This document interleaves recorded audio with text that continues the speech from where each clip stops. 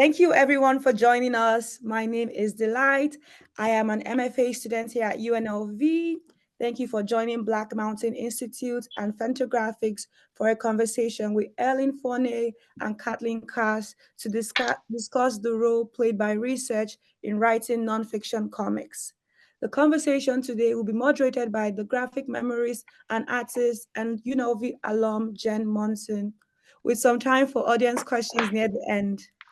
Please also join PMI for upcoming virtual events like the conversation with author Mia Alva on October 29th as part of our Kwachichan Achikahan series.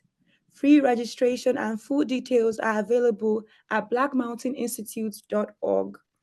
I would like to thank PMI donors Beverly Rogers, Miriam Sharing, and Rogers Foundation. This program is co-presented by Fantagraphics.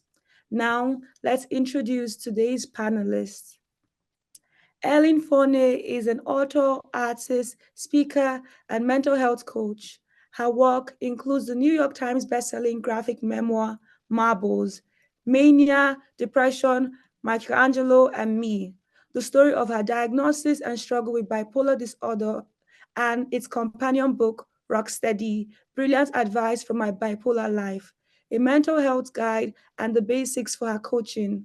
Marbles has been translated into 6 foreign languages and was selected for campus-wide book programs at the University of Washington, and the University of California, Davis.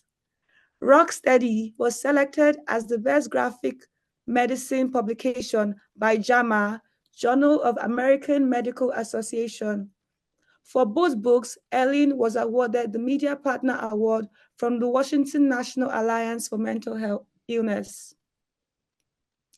Kathleen Cass makes comics, cartoons, and art installations about the failing systems and irrational hope.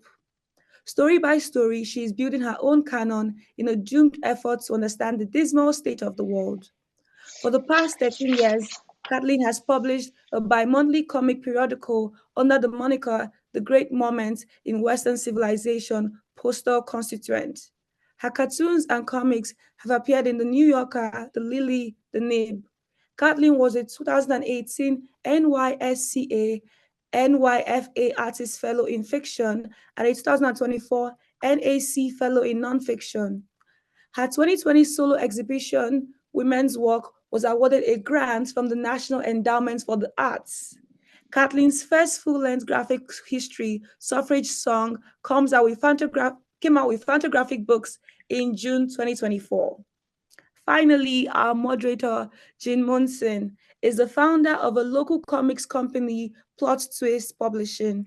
She's an alum of UNLV in 2009, and has spent the last decade after graduation in activism, art, and teaching. Her role on campus today is as the Graduate Research Assistant for the UNLV Asian and Asian American Studies Department. She's currently working on a master's in school counseling and is the president of Cis Sigma Iota Counseling Academic and Professional Honor Society. Jean is passionate about the modalities that comics bring into fields of education, mental health, and identity. A big welcome to our panelists and our moderator. Thank you. Thank you so much, Delight. What a room filled with talent and a lot of care for community. And to kick off our 1 hour together full of rich information, this question is for both our authors. Both books are filled with rich information, consolidating history and health. How much time did it take you to organize this information? So I guess I'll Sure. So this was a really compressed process for me. So my first book took 4 years, and this one took 2. Part of it was because, well, I only had like a few months at the very end to do the production. I wound up getting really, really into the research part of it. And, you know, it's like one thing leads to another. So, so the production took a long, or the writing well, let me put it this way. It takes a long time and effort to do a comic. A friend of mine was working on a novel at the same time that I was working on my book, and she was done, and I was done with the manuscript, and I had like half more to do. So the easy answer is 2 years, but really there was a lot leading up to that. You bring up a good point about proximity, right? When other people are motivated in their writing process, it is always helpful to have community. And the question for you, Caitlin? Oh, yeah. So this book, Suffrage Song, it's the haunted history of gender, race, and voting rights in the US. It took me about 5 years. So I started in 2019 ahead of the suffrage centennial. So 100 years since women got the right to vote, but of course, enforcement provisions were not there. So women of color couldn't all vote until 1965 when the Voting Rights Act was passed. So it tells those stories. And it took me about 5 years of research. And I think talking about research, one of the coolest things about that process has just been that from the beginning to starting the research to the end, like all these new books came out because of that suffrage centennial and because of grants that were available to do this work. So that was like a really cool thing for me to see. But when I first started, it was episodic and I was working with a gallery around the centennial. So I would do about, it would be like it would be a week of research and then a week of drawing. And then the 3 to 4 pages would come out online. So that's how I started it. And then there were some longer sections that I worked in longer chunks later, but it was always like a really intense research period and then a really intense drawing period. So you both mentioned years, right? There's this sense of also patience with that process as well. And also, Caitlin, I'm wearing ghosts, not just because it's spooky season, but for Suffrage Song today. So really want to be in it with you, ghostly and everything. So when you both wrote these books, and we'll kick it off with Caitlin first, it seems you had a clear intention of the kind of audience you hope to attract with these narratives. Since the release of these books, were there readers you didn't expect from that benefit from the existence of this work? Sure. Yeah. I mean, I guess I'll say, like I knew that people were going to read it and hopefully learn something about the history of women's rights and also racism within the suffrage movement. But I don't think because it's kind of quirky and strange and there are ghosts in it and it's not like your traditional nonfiction, I wasn't sure how much it could be used as an educational tool. But it's already been adopted in a couple school contexts that I'm aware of. It was at a high school feminist lit class and then at the college level in gender studies in New Mexico State. So that's really exciting to hear. Yeah, and maybe not what I had expected. Yeah, congrats on getting into those spaces. And Ellen? Oh, thank you. I had a lot of dreams for where they might go. So basically, I think of my graphic memoir, Marbles, that Delight mentioned in my bio, as kind of the first chunk of my doing comics about Marbles. Doing comics about so this is my graphic memoir about my own experience with bipolar. There is a lot of information in this. I did a ton of research. Even though it's a personal story, I wanted to make sure that there were tools in there. Like, for example, rather than just saying I tried cognitive behavioral therapy and it didn't really work for me, I put in actually, and here's the exercise that I used, the one that I found useful. You make a list of negative thoughts, and a number of readers told me that they used it kind of like a manual. And I thought, I have a lot more to offer if as a manual. And so Rocksteady really is the companion book and the companion, the follow-up book. So I expanded on those, the work that I did in Marbles, and that was mostly about creativity and mood disorders.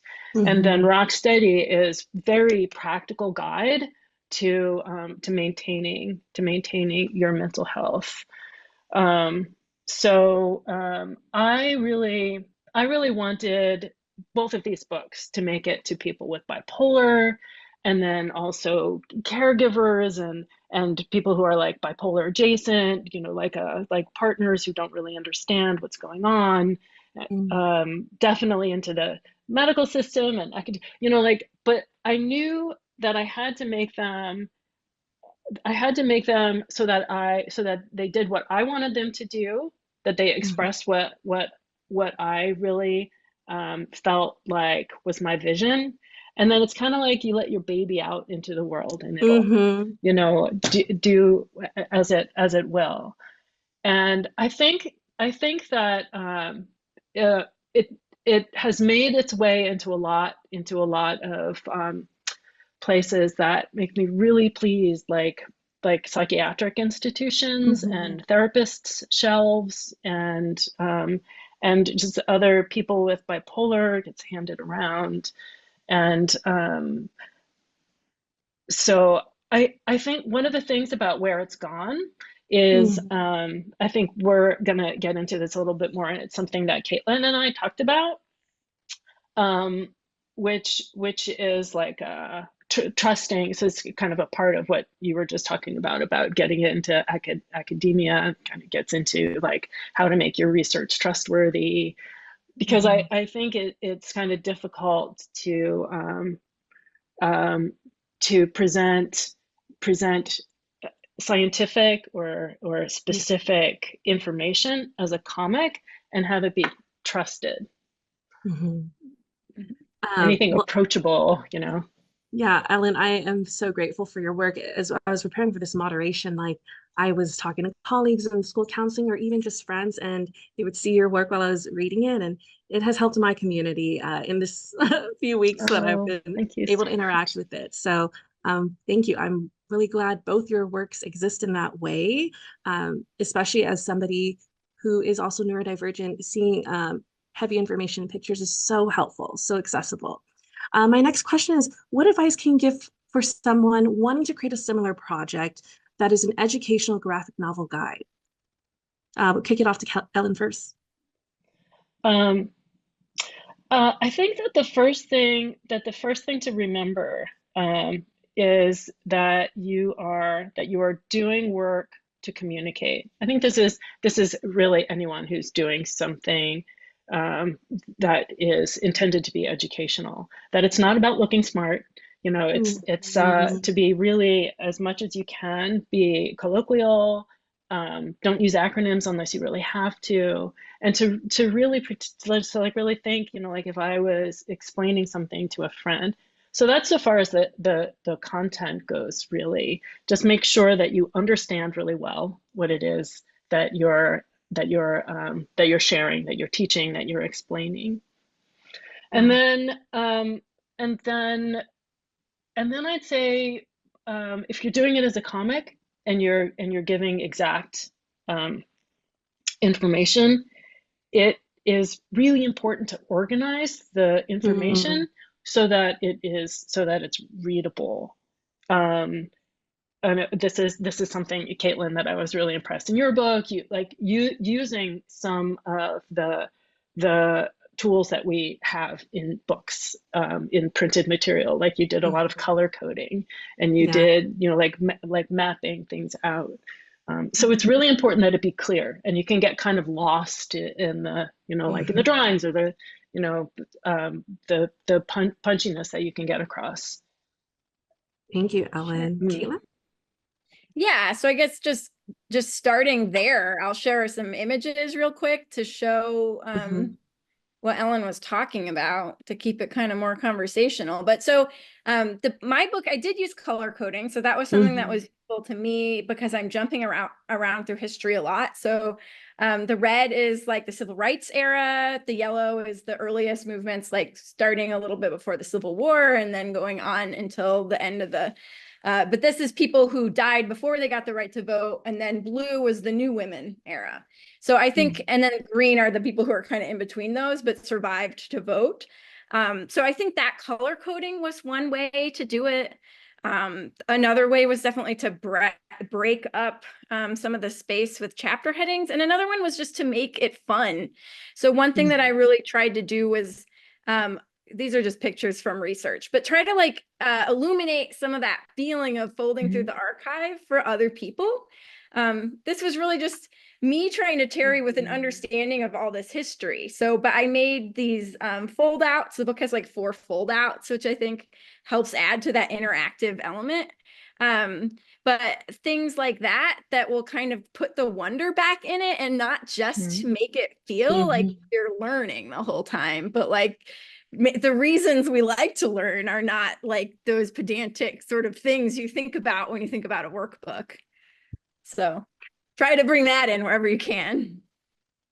Yeah, Caitlin, whenever you pulled out the fold out part in the reading process, it was so dramatized, like, like I'm like, whoa, it brings back that like pop-up book feeling to it, and even the way you constructed it. And as somebody who is part of the printing process, is like it unfathomable how they were able to do that.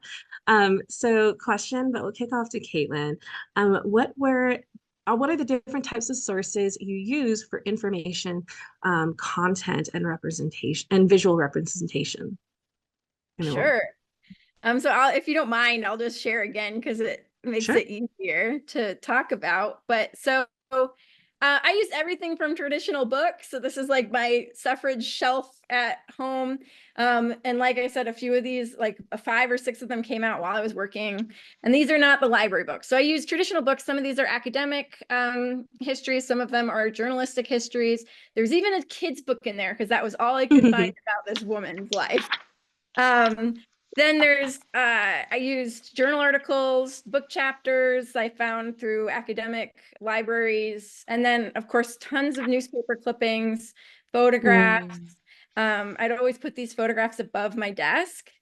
And I think one of the things to think about with comics is I did totally use microfilm. So this is like a little video that gives that satisfaction of looking through the whole reel of microfilm. And what I thought one of the interesting things about this experience was just that to notice this was for Fannie Lou Hamer's archive, because her archive was collected at the end of her life. A lot of it is like sympathy cards and things that you wouldn't think, because it just what was able to be kept. And so thinking about how things are saved, what's kept and why was really an interesting part of the process. And also, trying to bring, like I was saying, that experience of looking through the archive into the image. So I have the map there, and then you fold it up and open it. So you've seen that thing before, and suddenly you have that aha moment. But I also guess I just want to quickly share, like, I got to see these original sashes, this was at the Vassar College Library. Just pulling in stuff. This is like the Bloomer costume. And then so you can see how that materialized in the top banner. And then of course, Amelia Bloomer had her newspaper, The Lily. So you can kind of see how I was inspired by that visually. And then this was a letter to Susan B. Anthony from Elizabeth Cady Stanton, talking about selling copies of The Lily to kind of like try to help self-fund some of their travel. And like Godey's, I have like all these, I got like kind of addicted to getting like old Godey's Lady books on the internet. And so I was really inspired by the visual ephemera of the time period. And then that kind of comes through, and I made etchings because I wanted to get that feeling. Like I'm convinced that the visual feelings, like the way that visual culture worked at the time, affects the way that they were thinking or something. Anyway, so then there's like the materials research of how to do that. So those are steel engravings. I did a copper etching, but similar process. So yeah, I don't need to keep going, but like I also I incorporated some of the microfilm and the photographs of the newspapers into the collages. And then, trying to bring those artifacts to life. I just saw these at the Smithsonian the last week. These are the pins they gave the suffragists for picketing at the White House gates and then going to prison. So a bunch of just examples of some of the ways I tried to bring that to life. I think it's been interesting talking to Ellen about that as well, because like it seems like a very different in the sciences, but also like in psychology, but also it sounds like you use two like personal interviews and different types of sources that I haven't done as much. I have to say that I do love those microfilms in it, because some of the pages were just so outrageous in terms of your drawing, and then you had backed information that was like, wow, this really was a reality for these women at the time. Ellen, kicking off to you. Sure. Well, I just have to say, when Caitlin and I were talking about the research materials that we use, when she said that she used microfiche, I got so excited. It's just, like going into the library and like going through boxes that smell like cardboard, real hands-on stuff. It's just such a juicy way to do research. Well, let me see if I can. Oh, I was going to share my screen. Sure. But you don't see anything because I don't seem to have it up. Here we go.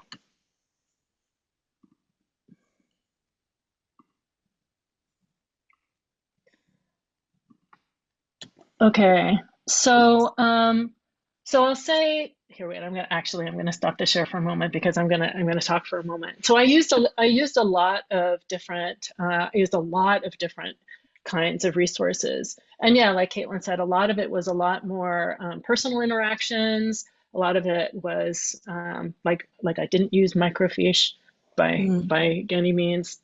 So I used a lot of so for the more so I use a lot of studies about different kinds of therapies and cultural ways that I mean, there are so many different things that go into scientific articles. If you're careful, like if you're really aware, like how is this affected by different groups of people? How is this affected by bias? And so you really have to do a lot of research to make sure that it's as balanced as you can get.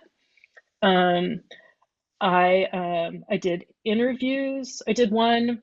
There are issues that different communities have around mental health, and one of them is that very often communities of color have very different interactions, different feelings about mental health, and I didn't want to be speaking for another group that way, and so I went to a friend of mine.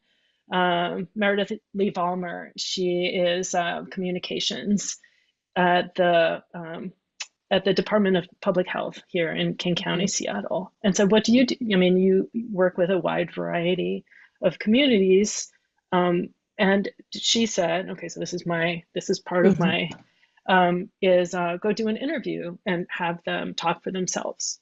So I did an interview with the Somali Health Board.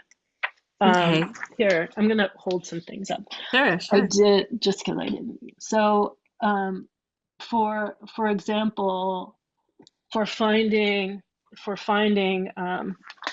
going through the hurdles to finding mental health care, it's different for different people. Also we all have different access to healthcare. Okay, I've started along another path because No, that's okay. I was so excited. I was so excited to be asked to be on this panel. Absolutely. And this is another thing that Caitlin and I were talking about, that to get recognition about how much research we do for our comics, that then it's not generally recognized as something that we might do. I mean, nonfiction comics is already novel enough, but to have it really be thorough that way. So I mined my personal information and my own stories and my journals. I used information from NAMI, the National Alliance for Mental Illness, a support group, to get their ideas on what music they listen to when they as a coping tool. the whole book was, I had consultants and reviewed by a couple of different psychiatrists just to make sure that it all made sense to them. So it was a lot of different avenues, a lot of talking with a lot of people, and then looking up using PubMed. Oh, this is what I was going to share. So in Rocksteady, I have oh, should I do this? This is right? Oh, yeah. Could you see that, or was it paused? Because this says it was paused. Oh No? yeah, we can't see it now. I guess kicked keep out. it not full screen. So tell me if you can see that now. No. It just says start screen sharing. There's no image. Okay, all right. This says, sorry about that, technical difficulties. Well, while you're doing that, Ellen, I do want to honor what both of you have mentioned, which is that both works, while they are rich in information, they're not all encompassing of POC narratives, and that's okay, right? That gives room for that jumping off point in both history and research and levels of neurodivergence and response. So I do honor that both of you have mentioned that. So thank you both. Yeah. Did you? This is what I was looking for. I think I'm just gonna hold them. There's nothing wrong with hard text out there. Yeah. So this was of the different kinds of therapies. One of them, cognitive behavioral and dialectical and behavior therapy. One of them that's really important is psychoeducation. Yes. Absolutely. So really learning about what's going on with you. You know, what medications you're taking, what your resources are, and so I include in that a bunch of different sources that I used and that I recommend that other people use too. So I think we might get into that a little bit later, like what can you trust? And so I wanted to make sure to include some sources that people could go to and get better information than like blogs and Medium. So. Thank you, Ellen. So still kind of attached to this question, how have you chosen to cite or not cite your sources in past nonfiction works for both of you? So Ellen, you can kick it off. Well, you know, it's tricky because how do you insert like primarily like how do you get those citations within the body of your comic when by its nature, or for I think a lot of cartoonists, part of what gives it clarity is a certain spare quality. Just graphically really spare. And so if you have a lot of little text in it, because the citations should be small, that doesn't work online. It kind of interrupts the narrative. And so I know what I have tended to do is to put the bibliography at the end. Okay. And that has pretty much been my answer to that. But it's tough because I was just talking about resources that you trust. One of the things that I look for are citations. so trying to get those in enough, that it's accurate and not distracting is a tough balance. Yeah, I bet. Especially when people want information right away, like, oh, checking sources, where is this? And then they have to like flip through, but that makes sense with the disruption. Caitlin? Yeah, we talked about this earlier, and I had the same experience. Like, it does interrupt the text. So mostly, at least in this book, they're in the back. Like, there's a long chapter bibliography. It goes chapter by chapter. But there were certain spots, like for example, for when Fannie Lou Hamer is telling her life story, her words are just like so powerful, and I wanted people to make sure, because she's a figure that I don't think has been studied enough historically, like to point people towards her autobiography. So then it's like internal, and when they're interviews, so I did it more in Fannie Lou Hamer's section than I did it with Elizabeth or Katie Stanton or Susan B. Anthony, who I think have diaries that are more commonly known about and letters that have been collected and things. So that was sort of how I thought about it. Like, is this something that I feel like should interrupt the text so that my voice is seen as not the one that's directing this story? Right. And that was how I made the choice. I think it definitely became more important to me during the Trump presidency. Citation. I was doing some nonfiction stuff for the Nib. One was about capitalism and Christianity, and it talked about Trump a lot, and the other one was about the history of climate change science. And they get so much like hate mail. They aren't really publishing anymore, but like they were really concerned about where I was getting all the information. So we really put those sources in there, and I ever since that kind of like started thinking about the need for citation with a lot more seriousness. So yeah, I still want to expand on this. So how do you represent conflicting sources or areas with small or incomplete studies? What do you trust in this like age of misinformation? Caitlin, kicking it off. Yeah, I mean, sometimes it's like just bringing attention to the different versions of a story. So I'll actually share again. I have an image that is like all the Anthony. So this is like all the different versions of her history. And it just like goes through different ways that different historians has presented her. And then also this relies very heavily on a specific historian's article. So that is also internally cited on the next page, but I forgot to put it here. Like the different interpretations and why those existed, and Anthony as like a very extreme racist versus Anthony as somebody who was a political opportunist when she worked with George Francis Train, who was very racist because he funded her newspaper. So just sort of unpacking all of that and trying to show all the sides. There's also some sections where I actually quote multiple conflicting viewpoints, which is a thing that I saw George Saunders doing in Lincoln in the Bardo, and I really loved it. So I kind of played with it a little bit.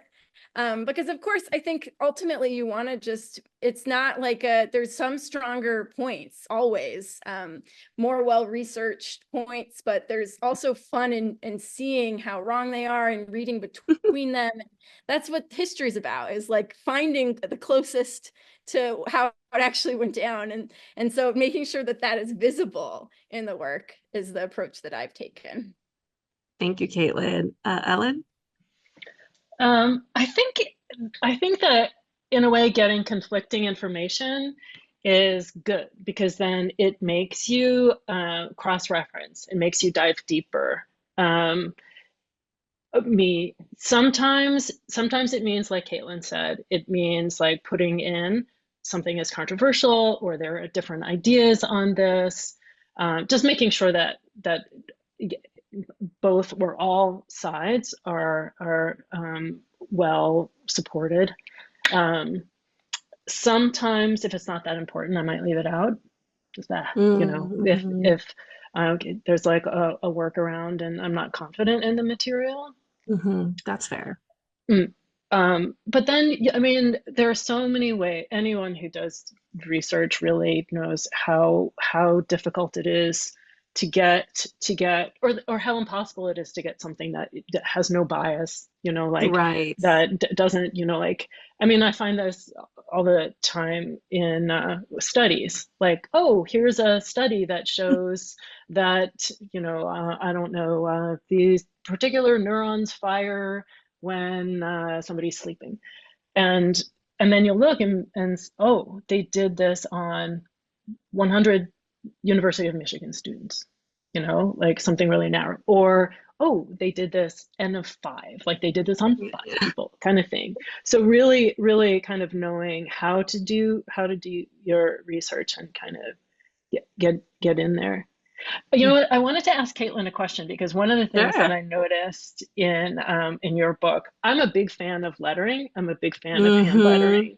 And a lot of your lettering is just so beautiful and kind of old-timey looking. And I think lettering is one of those places that combines text, words, and pictures, like the visuals. And then so I was wondering, because of its old timiness, if you were actually using some of the posters and sources that you were finding. Yeah, definitely. So I love old book design. I love old ephemera, and I collect it. So, you know, I have these old issues of like Harper's Monthly that I really am obsessed with the design on, and then those Godey's pages that I was showing earlier. So it's definitely like learning from those how to do it, and then just like memorizing it so that you can lay it out yourself in different contexts has become something I love, in the way that it sort of takes on a different voice when you use an elaborate typography, and so that it stands out more or sounds different in your head is something I'm definitely really interested in exploring. Ellen, I would say the same thing about your work. You laid text really well. Like I loved when you laid merits, or especially I think you did about building a playlist for a certain feelings that you had, and you just laid it out really nicely with the figures as well. Yeah, it's just, I like and how, I think, yeah, go ahead, Kate. I like how Ellen will also like actually incorporate like artifacts like from her books and stuff, and so it's like you're looking at, you know, the original source and seeing your drawings. Right. Well, marbles, definitely. I mean, I reproduced, took photos of my journals and my sketchbooks from when I was depressed, my sketchbooks from when I was manic, so that you could really touch in. I wanted to let myself be a case study. There was, at that point, there was a lot of focus on creativity and mood disorders. So I wanted to be like, here's an example. Me as a person doing the graphic memoir, and kind of meta, you know, like, and also me as the person going through an episode and what it was that I produced. It didn't, to my knowledge, it didn't really get too far into that kind of study.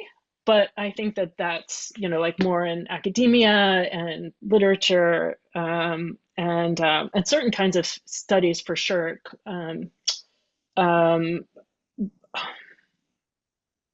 I mean, I guess as comics have gotten more respect, I guess, and have been seen to merit that more analysis. It seems that there are journals, and people are doing their dissertations. At least I've gotten a lot of requests for permission for dissertations in Scotland for some reason. That's amazing. Mostly Scotland. That's amazing. But so, you know, like when you were talking about the cassette covers, or the way that I presented that list of songs that people use to help them get as tools, as coping tools, really, is that, I guess this is another thing when getting back to advice for people doing educational comics, is when you have really specific information, likely you have a lot of text. And a lot of text, Caitlin, I know you found this, and there's a lot of text, you have to figure out how to divide it up, how to present it, so that it's just not this big dense block of handwritten text that it's just too dense. I mean, some of that is the spare quality of comics, and some of it is just the nature of hand lettered text, or just you just don't want big, because of the rhythm of a Right, there is a comic with rhythm. all of the visuals, and you don't want to get like bogged down. And so for that reason, like it's not just a list of songs. It's a list that I drew on it looks like cassette tapes. It looks like Yeah. mixtapes. You want to kind of try to avoid like having people hold signs to give you Right. That's good information, you advice. know, Right. but you know, putting stuff in blobs, putting things on products, different ways of organizing the information so that it's not just big blocks of text. It's tricky.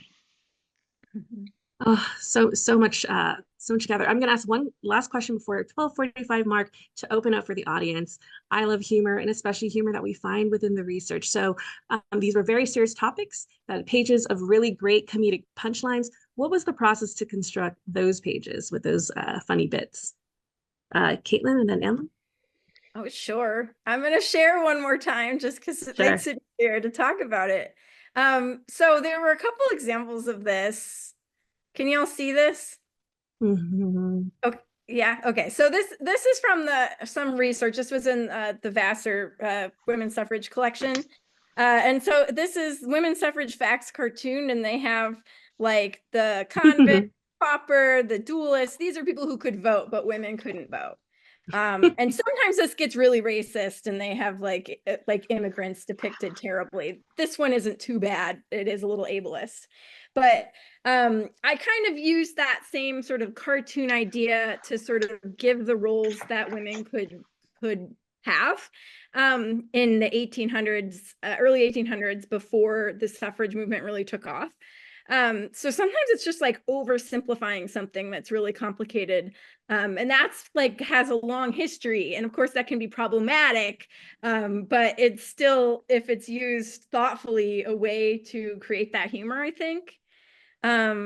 And like thinking about those stereotypes. So there's in these, right? So the interesting thing about Godey's Ladies book is that the clothing that they wore, right? The dresses kept getting bigger through the Civil War, like, and this magazine was very apolitical because it was considered taboo for women to speak in public. And it was considered taboo for women to speak about politics. It was just not their sphere. So they just, throughout the war, they just didn't mention it, except for like in the book reviews, if they were reviewing books that were about abolition, that was the only place that it would really appear. But so the 50,000 men died at Gettysburg, and our dresses keep getting more amazing. Maybe we should end slavery. Radicalism is unbecoming of a lady.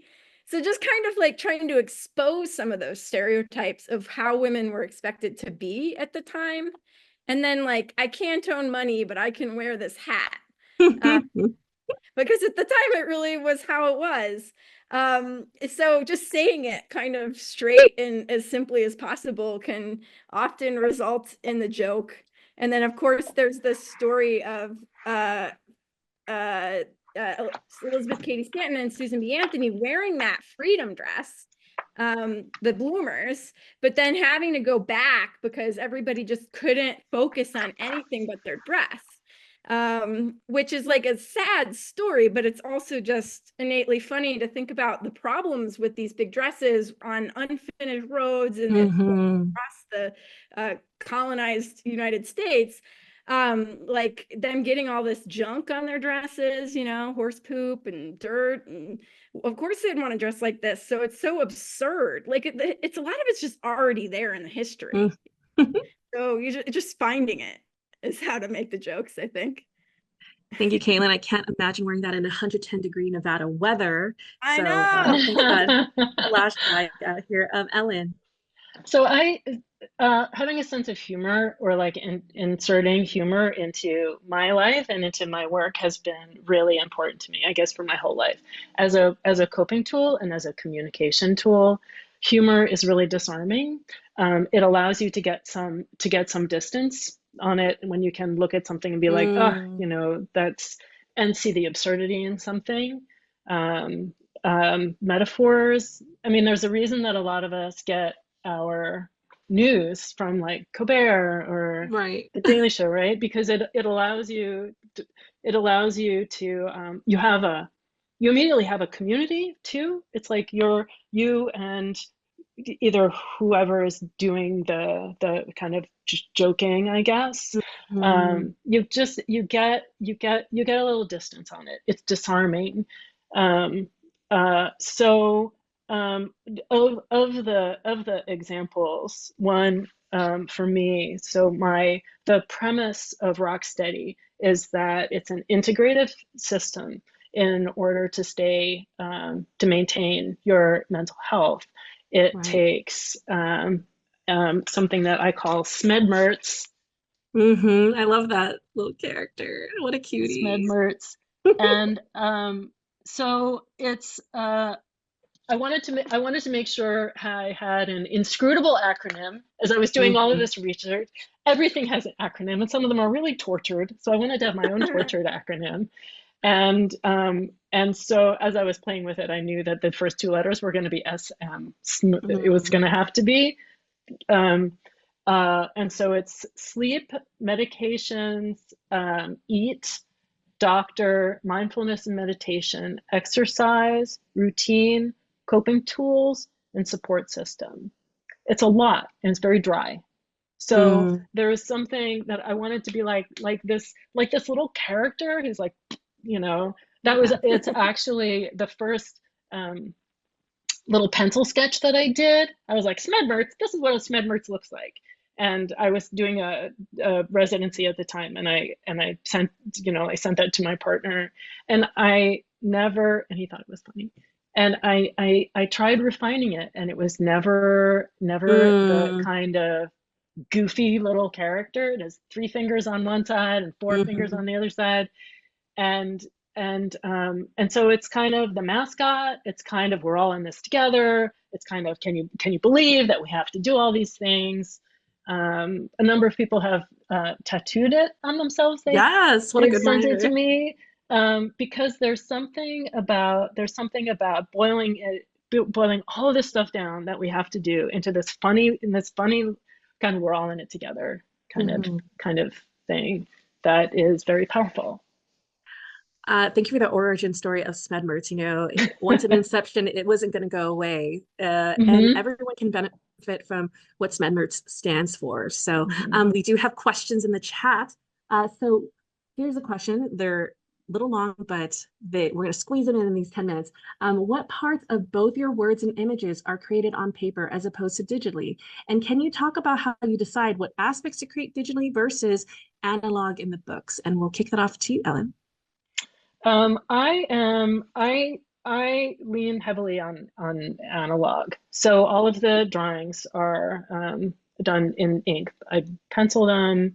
I mean, it's constantly in and out of, I use the computer all the time, but printing out, and it's all inked with a brush. Marbles is entirely hand done, including all of the text. Rocksteady, because my time was so short, I had to do, Caitlin, I had to do 4 pages a day, like beginning to end. It's like bananas. Nobody saw me. Like my partner fed me, and that was it. It's a terrible way to work. It's really not good for your mental health. But so I gave in, and the Spanish translation of Marbles, Mahareta, had done an excellent job of doing a font of my all caps lettering. And so I reluctantly used it and really like it in the end. Okay. But I still do a lot of my lettering by hand. Thank you, Ellen. Caitlin? Yeah, so I kind of wanted it to look like an archive of different types of things. So I used different mediums. Like the default is I hand do the ink, scan, and then do digital color. But there are like the watercolor pages are just with that microfiche collage. Those are totally hand done and then just digitally edited. And then of course, like there's paintings in here. There's like acrylic paintings, and there's those etchings. And then there's also a bunch that are in pencil and then digitally colored the pencil line. So yeah, all over the board for me, I would say, just to keep me self-interested too. I do enjoy your pencil drawings. Here's the next question. Thank you both. Any advice on navigating book deals where a portion of your project involves a research period, including funding to support it? And they also say they have a project in the works that involves field research. So this question is very important to them. One of their best ways for pitching this, they have a research background to support the practice, but not sure how common this is in trade graphic novel publishing. Go ahead, Caitlin. Yeah, I mean, Alan might have other ways to talk about this, but I wanted to go with Fantagraphics, which they generally take finished books, you know, so I approach this as getting funding for art installations, for art residencies, like making the project smaller into smaller pieces that I can then get grant funding for is how I approach it. So maybe there's academic papers in addition to the final creative project. Trying to think in ways that you can work with your funding sources to make the book on your way and then eventually talk to the publisher. But I know there are also publishers that take pitches for graphic novels. So maybe Ellen can speak to that. Sure. That end of thing, people, it's difficult. It's maybe that's it, you know, just like applying for networking what you can, do different, like recognize that comics are, have the same avenues as other kinds of literature and science. So you can talk to some sort of foundation that mostly does text journalism, say. It can also be considered a literary medium so that you can apply for grants from arts organizations. It could be like some sort of a new media thing. So I would say recognizing that comics have a lot of appeal, and they fit into a lot of different categories. Thank you. Next question is, what are your next projects? Kicking off with Ellen. Well, actually, so I am on the tail end of a workbook for kids on how to make comics, and in particular autobiographical ones. It's called The Adventures of You. How to plan. Oh God, I always get the subtitle wrong. How to plan, draw, and star in your own comics. That's the subtitle has shuffled around. So that should be out the end of next year, the end of 2025. And then I guess the other project is me. I've just started grad school to get my master's in social work to be a therapist specializing in bipolar. Ellen, before Caitlin answers, I'm just so happy for you. There's just so much goosebumps work and the benefit for our community. I'm so fangirling. That's so great. Caitlin. Yeah. Well, I've been thinking a lot about disaster postcards. So okay. It's a disaster postcard of an oil well fire in Olean, New York. So I'm thinking about the history of industry and climate change and trying to sort of start with the visual archive, similarly to how I've done this book. So yeah, that's the next project. We'll see how it turns out. I don't know. I mean, I have to read this comment because it's really touching. From Sarah Usri for Ellen. Just want to say that it was reading Ellen's wonderful book, Marbles, that mainly inspired me to write my PhD dissertation on graphic memoirs of mental health. So. Fantastic. What an honor. Thank you. Thank you for bringing that to this. For me, I'm just tearing up because this is a real full circle moment. You both put in a lot of work into making sure that we have access to this education and a mirror to see ourselves as women, or for those who are exploring their neurodivergence as well. So we might have room for one more question if anyone's itching out there. Sarah's also getting a lot of love in the chat as well. Any last words for our audience who spent this wonderful time together? Caitlin and then Ellen? Oh, I don't know what to say. Just thank you for inviting us. This was so lovely, and it was a great opportunity for me to just meet Ellen Forney and talk to her in real life. So I'm just kind of fangirling out here too with everyone Oh, else. shucks, you guys. Y'all. Well, so I would say thank you so much. Like I said, I was so excited to be invited to this panel. Another thing I would add then about what I'm doing now is on my coaching site, which is Rock Steady Coach. Okay. Not Rocksteady Coaching, because that's someone else, but Rocksteady Coach. And I have it's kind of considered like an online comics journal blog where I'm doing mental health comics. So I have a comic up on dealing with seasonal affective disorder, dealing with how to stay on top of the news without going crazy, if you will. So important. And so you can find those on rocksteadycoach.com, and then it's called The Mind Reels is the journal. So Ellen, we can't get enough of you. Thank you for that website. Thanks for adding to the fix that we have for just reading all your work. We look forward to those postcards. Can't wait to send them out. Yeah. I want to thank the audience for taking this time. It is hard for also women to break into comics and to talk about mental health in different communities, and you all spent time with us here. I appreciate both of you. I look forward to all our futures, collective futures, and all the to be read piles of their work ahead. All right. Thank you, everyone. All right. Thank you.